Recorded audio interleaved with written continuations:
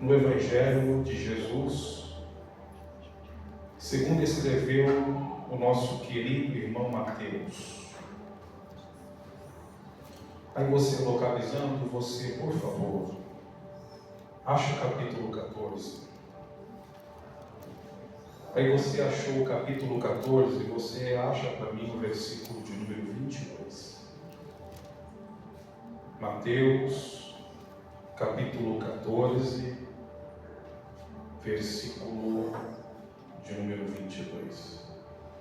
Deixar as minhas saudações aos nossos irmãos internautas também, que essa palavra possa alcançar o seu lar, a sua casa, a sua família, onde você estiver.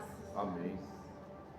Mateus 14, versículo de número 22. Se você achou, me dê um sinal dizendo amém. Amém. E Jesus, compelido com seus discípulos, os insistiu a embarcar e passar diante dele para o outro lado, enquanto ele atendia a multidão. E despedidas as multidões, subiu ao monte a fim de orar sozinho. E quando já era tarde, encontrou-se sozinho naquele lugar. Entretanto, o barco já estava longe, a muitos metros da praia. Estava sendo açoitado pelas ondas, porque o vento era contrário. Eu queria que você frisasse comigo, guardasse essa expressão: o vento era contrário. Vou fazer questão de ler o verso 24 de novo. Entretanto, o barco já estava longe da praia, a muitos metros da praia. Estava açoitado pelas ondas, porque o vento era contrário. Amém? Amém. Irmãos, antes de nós entrarmos na palavra do bom mestre, assim como o bispo falou aqui, e eu pedi a permissão dele, o Senhor me concedeu a graça de escrever alguns livros. E eu queria ter trazido hoje aqui todos, mas não pude. Mas eu consegui trazer o último nosso lançamento, que é este livro aqui, Avivamento, uma questão de sobrevivência. Para quem não sabe, a raiz da palavra avivamento quer dizer ser inteiro aceso. E na vida cristã, irmãos, não dá para viver uma vida cristã apagada. Uma vida cristã tem que ser vivida de maneira acesa. Avivamento é como se fosse uma fogueira que Deus acende dentro de você e você não pode deixá-la apagar nunca. Então, nesse livro nós abordamos aqui alguns assuntos, algumas histórias, principalmente contextos bíblicos, para como manter uma vida cristã avivada. Nossos amigos aqui já compraram, o Cláudio e a mim, não sei se leram, né? Mas compraram para ajudar a gente já. Então, se os irmãos quiserem comprar para ajudar a gente não cobra para pegar. Eu vim aqui pela metade, mas aqueles que quiserem no final, é só você chamar a empresária Patrícia ali, que é ela que manda em tudo, né? Dinheiro feio com ela. E eu tenho certeza que Deus vai te abençoar. Amém. Certa feita, Jesus, ele falou uma das mais clássicas e célebres palavras. Ele, olhando para os seus discípulos, disse: eu desci do céu não para fazer a minha vontade, mas para fazer a vontade do Pai que me enviou. É lógico que quando Jesus estava dizendo que desceu do céu para fazer a vontade do Pai, ele estava apontando direto para a cruz, porque a cruz sempre foi a proposta principal. A cruz sempre foi o objetivo maior. A cruz sempre foi o objetivo a ser alcançado, a proposta a ser alcançada, a missão a ser concluída. É por isso que é coerente dizer que a cruz nunca foi um acidente para Jesus. A cruz não foi uma fatalidade. Jesus não foi para a cruz porque Herodes quis que ele fosse. Jesus não foi para a cruz porque Pilatos o sentenciou à cruz. Jesus não foi para a cruz porque os judeus o traíram.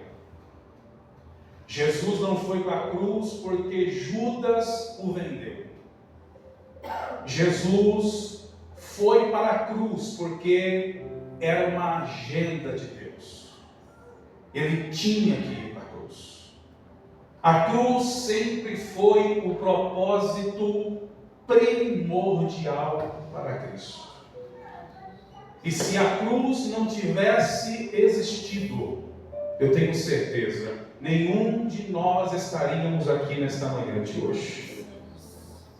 Só que entre a manjedoura e a cruz houve um processo.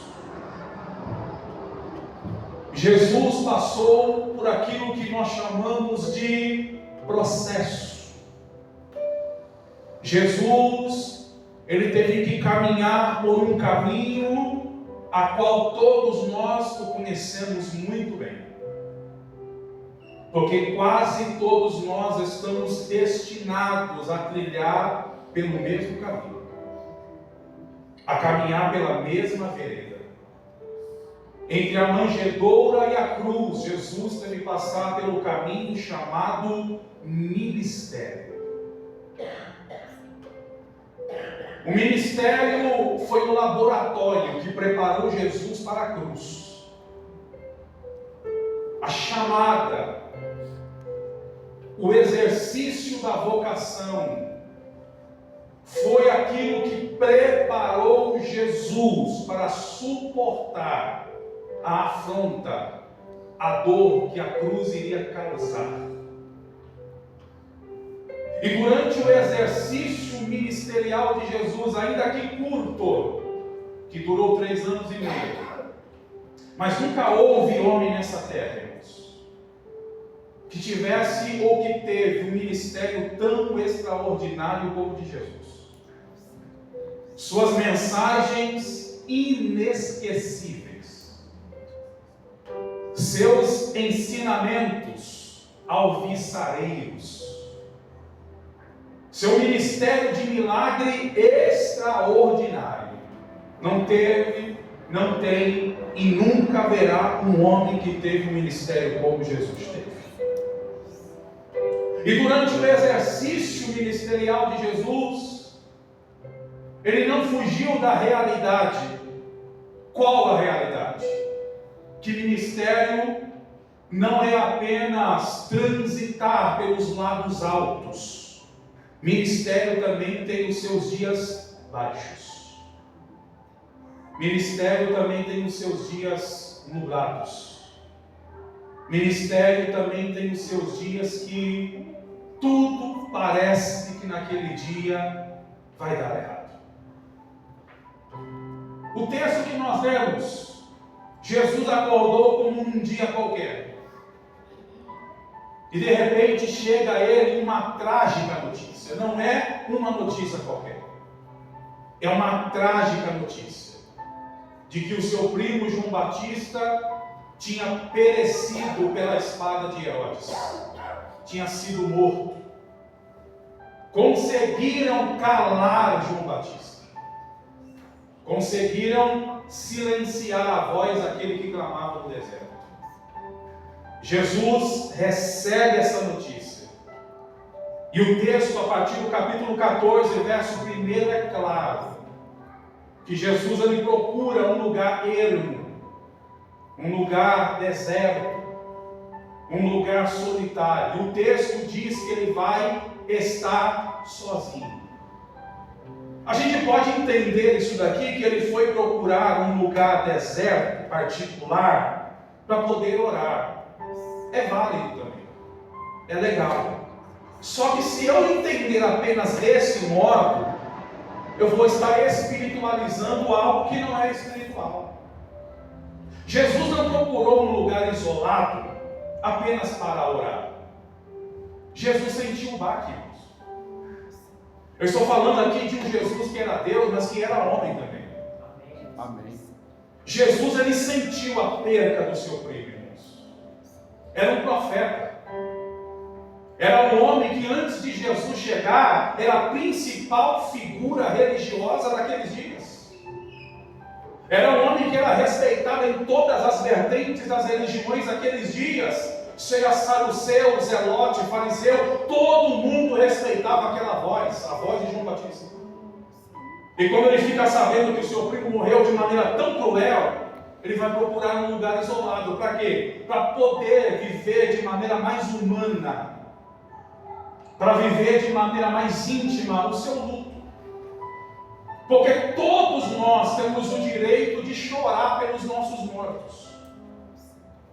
Todos nós temos o direito de viver o nosso luto.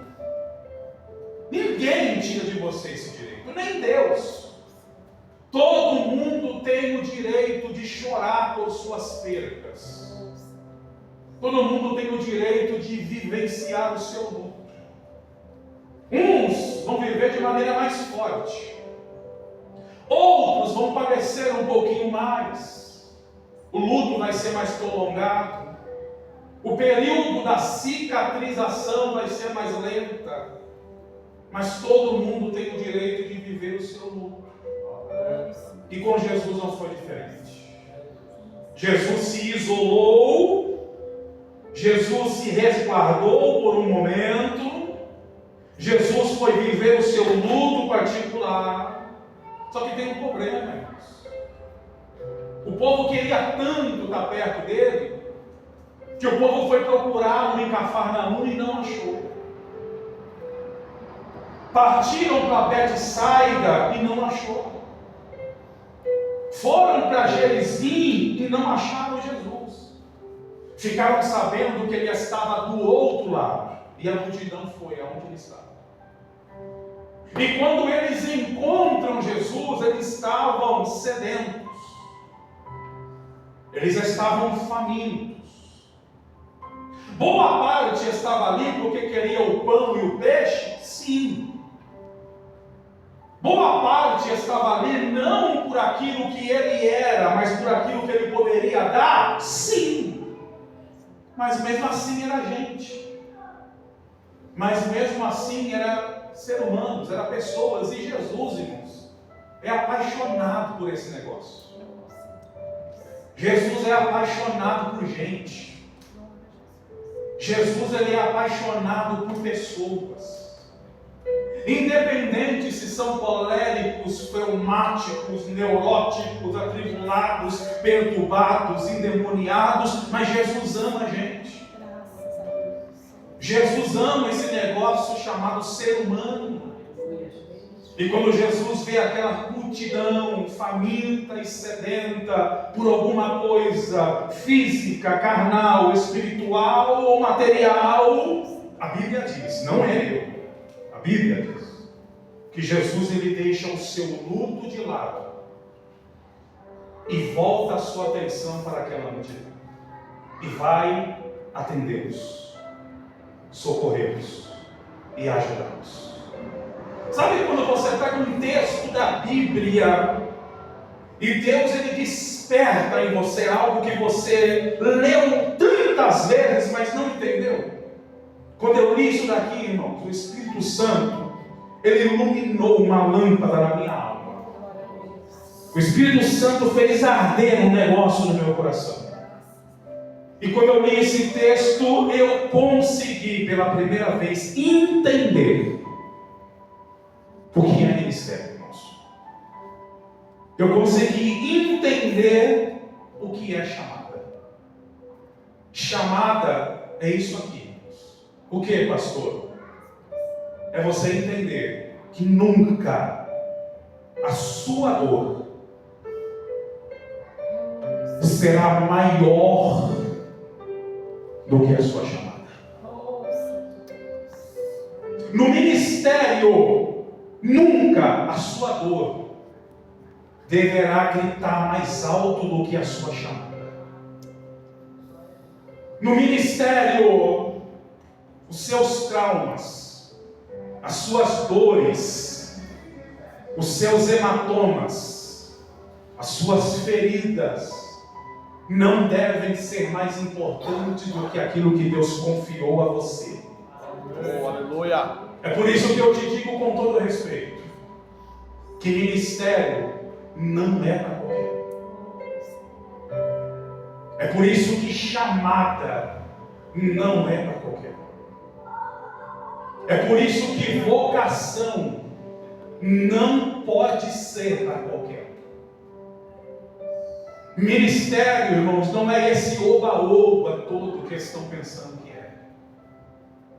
Chamada de Deus não é uma chamada ao estrelato. Vocação não é alguém estendendo um tapete vermelho para você andar e enquanto você anda, pessoas te aplaudem. Vocação não se resume a microfone. Chamada de Deus não se resume a púlpito. Chamada de Deus não se resume a quantos seguidores se tem no Instagram. Chamada de Deus não se resume a quantas curtidas e views você teve na sua última publi. Chamada de Deus não se resume a foto e nome no cartaz. Chamada de Deus, irmãos, não é Alice no País da Maravilha. Vocação, chamada, ministério, não se escandaliza não, mas ministério, irmãos, às vezes, e muitas das vezes, é uma chamada ao sofrimento. Porque se teve períodos na minha vida, e eu não sou exceção, que eu mais sofri, foi exercendo o que Deus me deu para fazer. Os períodos que eu mais chorei na vida, foi fazendo o que Deus me confiou para fazer. Os períodos que eu mais sofri traumas na minha vida, foi fazendo o bem para alguém. Foi estendendo a mão para o caído. Foi socorrendo o necessitado. Foi tentando trazer para perto o perdido. E mesmo assim foram os períodos que eu mais sofri na minha vida. É por isso que tem que se tomar cuidado quando você almeja um ministério. Porque uma vez dentro do ministério, irmãos, você tem que entender que você veio de um lugar aonde você não consegue passagem de volta. Só tem passagem de vinda, irmãos.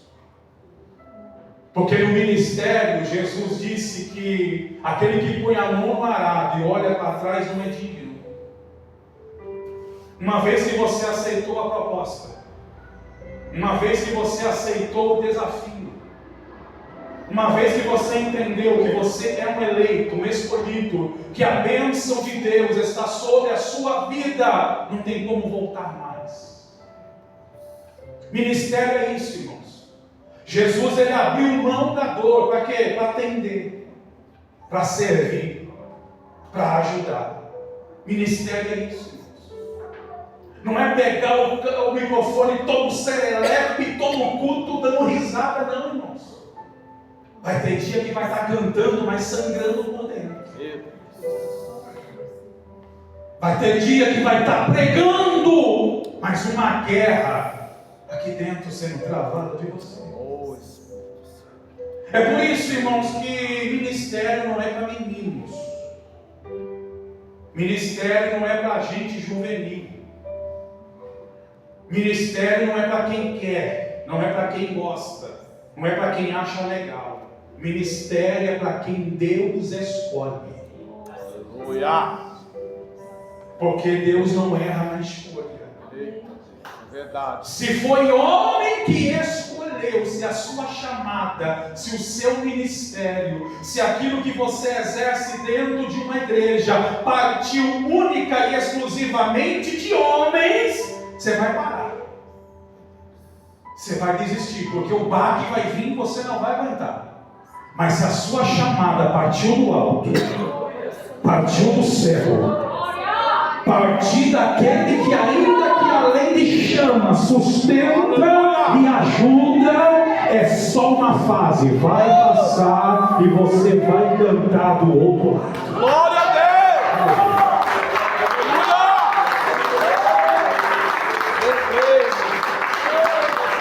Aleluia! É por isso que eu tenho algumas dificuldades com alguns crentes esquisitos na igreja. Não, tem alguns crentes esquisitos dentro da igreja, aonde ele tem tudo de suporte da sua liderança. Ele tem apoio, ele tem intercessão, ele tem ajuda, ele tem mão estendida, ele tem tudo. Mesmo assim, ele arruma algum pretexto para parar. E não é apenas um pretexto para parar, porque eu já senti, irmãos, muitas das vezes vontade de desistir. Agora, toda semana, não dá isso. Querer parar uma vez na vida ou na morte é compreensível, irmão. Eu sei. Esse negócio aqui é pesado. Esse negócio aqui é difícil de suportar mesmo. Mas toda semana, irmãos, querer parar, todo mês querer desviar, todo mês querer desistir, aí não, irmãos. Então, ministério, irmãos, é para fortes. Ministério é para quem entendeu que nunca a sua dor estará acima da sua vocação. Nunca a sua dor deverá gritar mais alto do que o chamado que Deus tem na tua vida. Está doendo? Vai mesmo assim. Machucou? Dá teu jeito e vai mesmo assim. Porque Deus conta com você. Jesus está atendendo a multidão. Jesus está atendendo aquele povo. E as horas vão se adiantando. E Jesus entendeu outra coisa que os discípulos não entenderam. Obra de Deus, irmãos, não está limitada à geografia, a espaço, a mapa, a um pedacinho de terreno, a um pedacinho de campo. A obra de Deus não está engessada e nunca deverá estar engessada, limitada a apenas alguns. Jesus olhou para os discípulos e disse: entrem no barco e passem para o outro lado.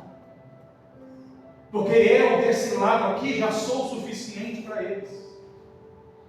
Vão preparando o terreno lá do outro lado, que daqui a pouco eu chego. Vão indo na frente. Se tem alma aqui para ganhar, tem alma também lá do outro lado para ganhar. E aqui eu aprendo, irmãos, que obra de Deus não se faz apenas em contextos internos. Obra de Deus também se faz em contextos externos. Tudo que você fizer aqui dentro é louvável, glória a Deus. É um pano que você passou, glória a Deus. É um banheiro que você lavou, glória a Deus.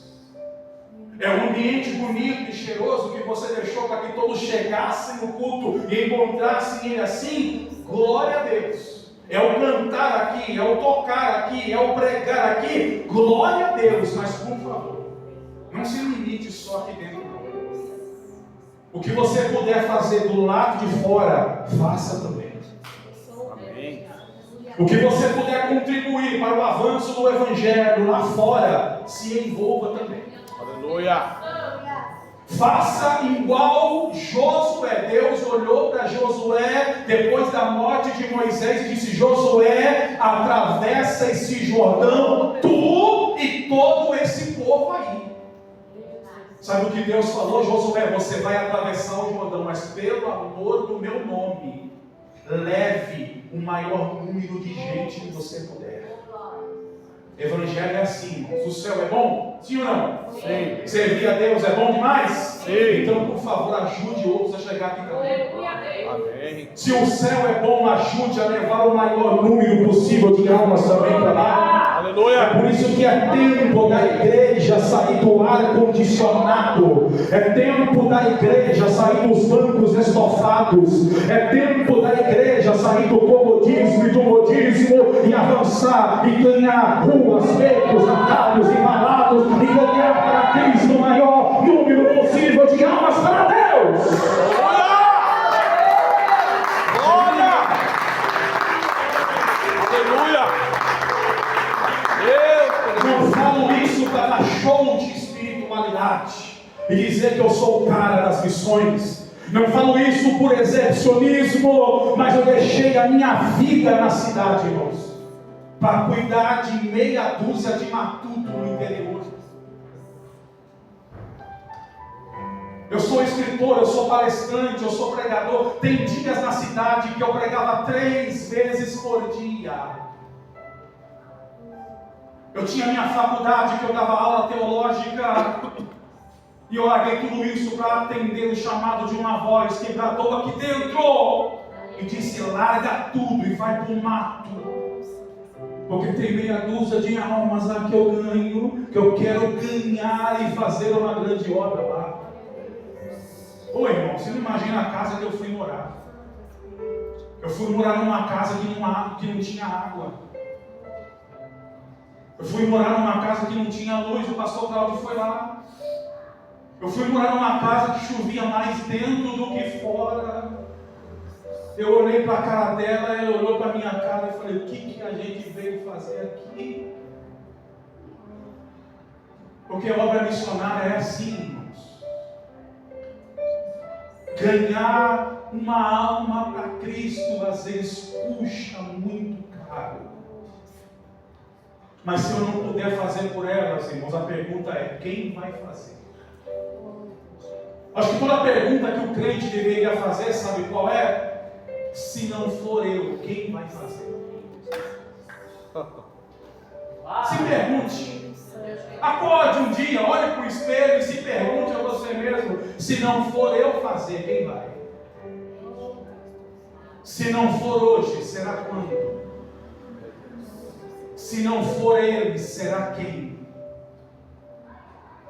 Porque enquanto estamos aqui, irmão, nessa atmosfera espiritual, agora alguém lá fora está descendo a sepultura sem Deus e sem salvação.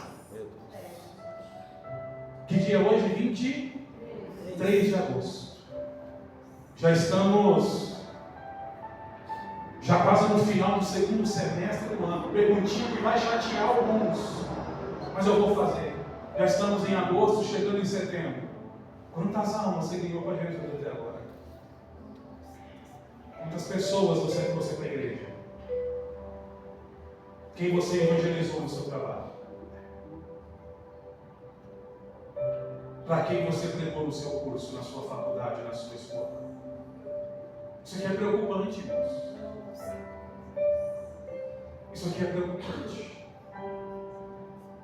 Uma certa senhora trabalhou 25 anos na mesma repartição pública.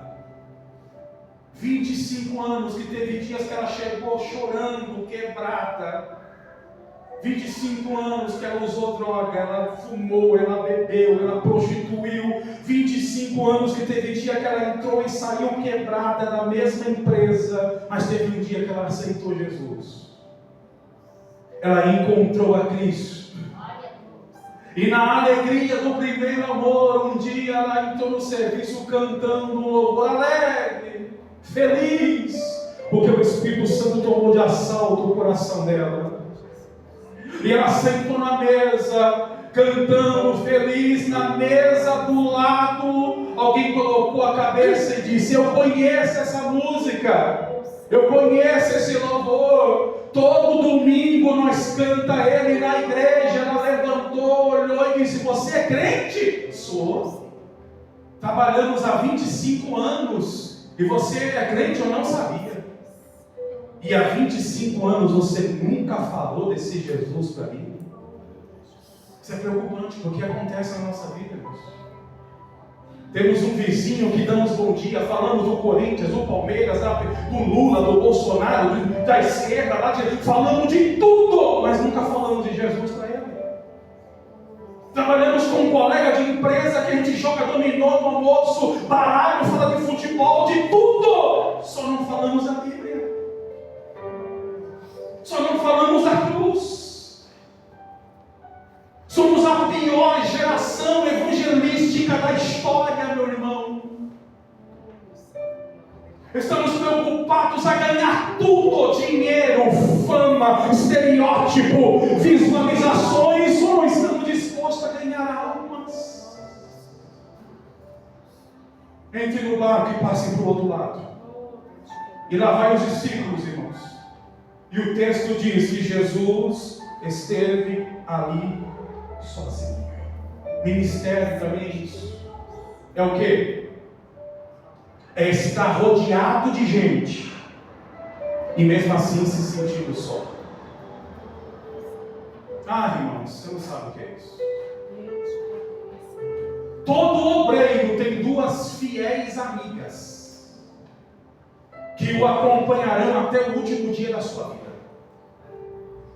Meu bispo, e quando esse obreiro, esse pastor, esse homem de Deus, essa mulher de Deus morrer, elas farão questão de uma pegar numa alça e outra pegar na outra e levar para enterrar. Todo pastor carrega, anda junto todo dia com essas duas amigas. Essas são fiéis, não falham. Uma chama-se ingratidão e outra chama-se solidão. Porque se tem uma coisa que vai acompanhar um obreiro, irmãos, até o último dia da sua vida, é solidão. Porque vai ter dias, irmãos, que o telefone não vai tocar. Vai ter dias que Deus não vai deixar a ajuda chegar. Vai ter dias que Deus não vai permitir o abraço vir. Para você entender que o ministério, a sua rede de apoio, começa nele e termina nele. E lá vai os discípulos, irmãos. Estão em pleno exercício de obediência. Por quê? Porque não estão entrando no barco por si só. É Jesus que mandou: entre no barco e passem para o outro lado. Aí o texto diz, no versículo de número 24, e aqui encerra, que enquanto eles estão remando, lutando para chegar no destino designado, o texto diz que o vento começa a soprar ao contrário. Oi, irmãos, como é que vai ser? Como é que você vai entender um negócio desse aqui? Eu vou repetir que talvez você não entendeu. Eles estão em pleno exercício de obediência. Eles estão obedecendo uma ordem direta de Jesus. Não estão ali porque querem, não estão ali porque gostam, não estão ali porque resolveram por conta própria fazer um bate-volta. Eles estão ali porque Jesus disse: entre e vai. E agora, irmãos, estão perecendo, porque o vento é o contrário. Já viveu um vento contrário na vida, irmãos? Sabe o que é um vento contrário? É você às vezes lutar e patinar e não sair do lugar. Vento contrário não é você lutar para avançar, para progredir, para ir para frente, nada vai. Porque o vento é contrário. O vento contrário luta para você não sair do lugar.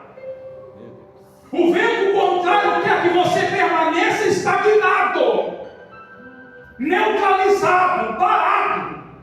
O vento, ao contrário, está ali para apenas uma missão, qual? Não deixar você avançar. Eu volto a dizer porque é importante, eles estão em pleno exercício de obediência. Não estão vivendo aquilo porque eles obedeceram, porque estão em pecado. Não, irmãos. Estão vivendo o vento ao contrário na vida, porque resolveu obedecer. Porque resolveram se posicionar. Há feridas na vida cristã que serão causadas na gente pelo simples fato de você resolver ser crente de verdade. Tem sofrimento que você vai viver na sua vida só porque você resolveu ser de verdade. Tem coisa que você vai vivenciar na sua vida porque você resolveu se destacar entre os demais. Tem coisa que você vai viver na sua vida e não muito positiva, só porque você resolveu orar mais, jejuar mais, se dar mais, se entregar mais para Deus.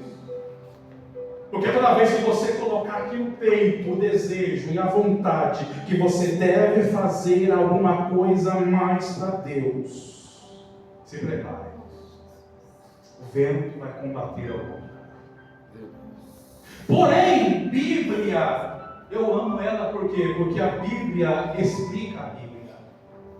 Mateus 14, 22 não vai dizer o porquê o vento é contrário, porque essa informação aqui, nesse texto, é inútil. Mas se você pegar Marcos capítulo 6 e João capítulo 6, que são as mesmas narrativas, Marcos vai dizer assim, e Jesus ordenou que os seus discípulos entrassem no barco e partissem para Betsaida. Epa! É uma informação que Mateus não dá. O destino da viagem. Então Marcos diz que Jesus traçou uma rota. Vocês vão entrar no barco e vão para Betsaida. Aí vem João e me dá uma informação melhor ainda. Aí vem João no capítulo 6 e diz: e entrando os discípulos no barco, foram para Cafarnaum. Eita! Então quer dizer que Jesus tinha traçado uma programação. Jesus tinha traçado um destino. Qual? Betsaida. Mas vem os discípulos e vão querer ir para Cafarnaum. E aqui eu encerro para orar com você. Toda vez que Deus traçar um plano para a sua vida, toda vez que Deus traçar uma rota para você, toda vez que Deus traçar um futuro para a tua história, e você por conta própria quiser traçar a sua rota, o vento vai ser ao contrário. E perguntinha de rodapé, irmãos. Como a gente fala na Assembleia de Deus, perguntinha de escola dominical. Onde é que nós estamos errando na rota? Onde é que a gente precisa melhorar como crentes? Aonde é que a gente precisa se aperfeiçoar mais?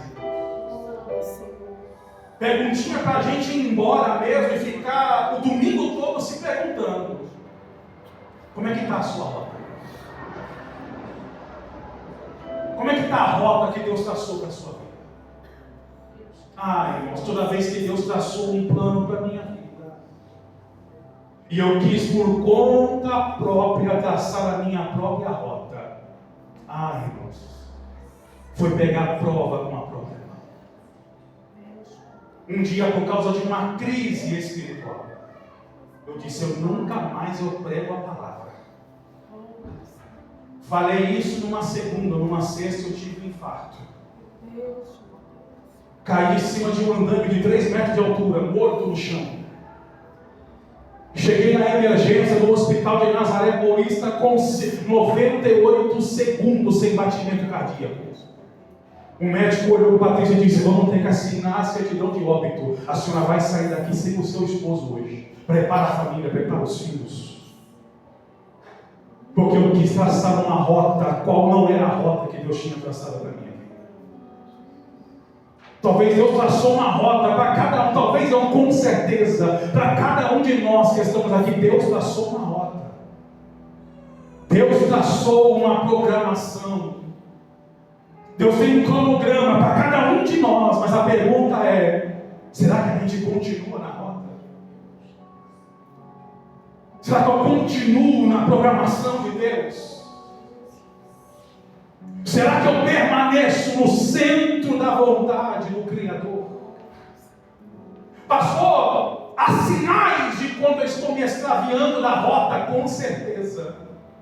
Quando isso daqui, quando esse ambiente, quando essa atmosfera não mais te atrair, quando você não tiver mais vontade de dobrar os joelhos, quando a tua boca ficar pesada e nem glória a Deus com alegria no culto você der mais, quando nem pelo menos aquele arrepio você tem na canela ou no braço, enquanto todo mundo estiver com a boca aberta, adorando e glorificando a Deus, e o celular for mais importante, o Facebook foi mais importante, o Instagram foi mais importante, mensagem alheia que não é mais importante, você está saindo da rota, irmãos. Quando a glória de Deus não for mais importante na sua vida, quando a presença de Deus deixar de ser a prioridade, quando você deixar de buscar batismo com o Espírito Santo, quando a fogueira do Espírito não estiver mais acesa dentro de você, você tenha certeza, você está fora da rota faz tempo. Mas sabe qual é a boa notícia para esse 23 de agosto?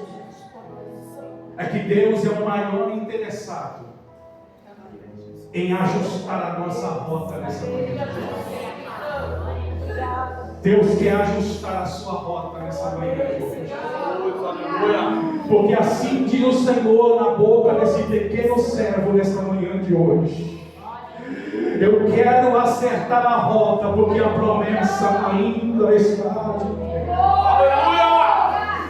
Eu quero acertar a rota, porque eu não me contentei em salvar apenas você. Tem seus filhos para me trazer, tem seu marido para me trazer, tem a sua esposa para me trazer, tem os seus filhos para me trazer, tem a sua casa para me trazer, porque assim diz o Senhor.